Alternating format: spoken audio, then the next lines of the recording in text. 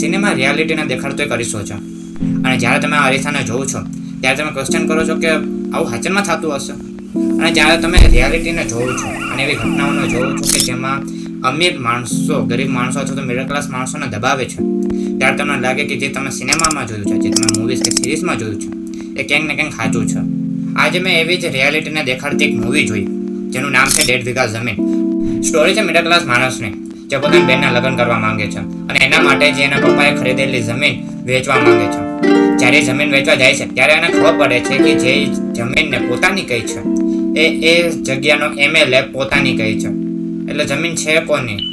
આપણા middle class માણસની છે કે MLAની છે? શું એક મિડલ ક્લાસ માણસ પોતાના હક માટે લડશે કે MLAના ડરથી બચીને રહેશે?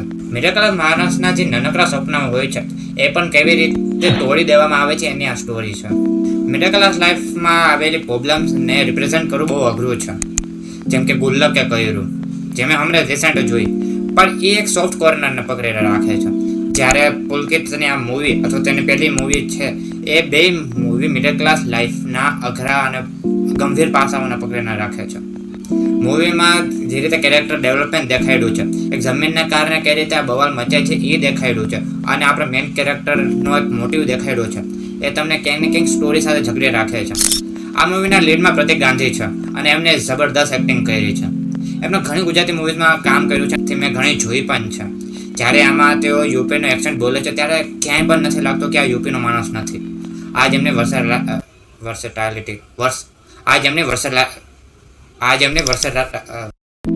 આ મૂવી 1 કલાક ને 40 મિનિટની છે, એટલે આ ક્યાંય પણ ટાઈમ વેસ્ટ કર્યા વગર ફટફટ કરીને નીકળી જાય છે. એટલે આ મૂવી ક્યારે શરૂ થઈ અને ક્યારે પતી એનું ક્યાંય પણ ખબર નહીં પડે અને તમને એકદમ મજા આવી જશે. અને એ જ આ મૂવીનો પ્લસ પોઈન્ટ છે. આ મૂવીનું જ્યારે એન્ડ આવે છે ત્યારે થોડું પ્રેડિક્ટેબલ થઈ જાય છે કે કદાચ આ થઈ શકે છે, પણ જ્યારે એ હાચનમાં થાય જ છે ત્યારે તમારું મગજ ફરી જાય છે કે ઓકે આવું હાચનમાં થતું હશે. મૂવી એક સોફ્ટ પેસિંગથી ચાલુ થાય છે અને સિરિયસ ટોન ઉપર પતે છે. આવી મૂવીનો વાંધો એક એવો જ છે કે આવી મૂવી તમને બીજી વાર જોવી નથી ગમતી. ગુજરાતીમાં મૂવી રિવ્યૂઝ માટે સબસ્ક્રાઈબ કરો સિને બુજ્જુને, અને આપણે મળીએ નેક્સ્ટ વિડીયોમાં.